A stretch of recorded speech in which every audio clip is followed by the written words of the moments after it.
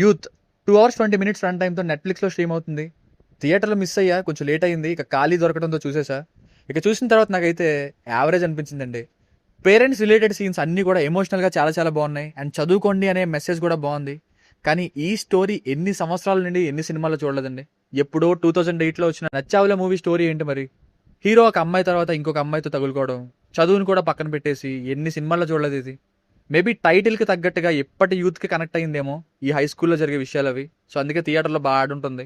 ఇక ఫ్యామిలీతో చూడొచ్చా అంటే ఎస్, మ్యాక్స్ చూడొచ్చు. మధ్యలో కొన్ని సంభాషణలు వినడానికి ఇబ్బంది పెట్టొచ్చు, ఒక రొమాంటిక్ సీన్ కూడా.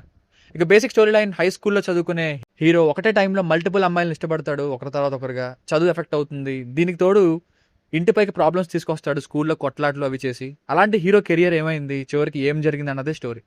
ప్లస్ పాయింట్స్, హీరో పర్ఫార్మెన్స్ బాగుంది. మెయిన్గా మలయాళం యాక్టర్ సూరజ్ వెంజరమూడి గారు తండ్రి రోల్లో సూపర్గా చేశారు. సినిమాకి స్పెషల్ అట్రాక్షన్గా చెప్పుకోవాలి. ఇక మ్యూజిక్ చాలా బాగుంది. కొన్ని ఎమోషనల్ సీన్స్ అండ్ క్లైమాక్స్లోని ఎప్పటి యూత్కి స్ట్రాంగ్ మెసేజ్ రెండు బాగున్నాయి. ఇక సినిమాటోగ్రఫీ కూడా బాగుంది, I mean production values. Minus points, routine story అండి. ఎన్నో సినిమాల్లో ఆల్రెడీ చూసేసిందే. మ్యాక్స్ ఎక్స్పెక్టెడ్గానే వెళ్ళడం, ఫైట్స్, ఇదే నాకు అనిపించిన అతిపెద్ద మైనస్.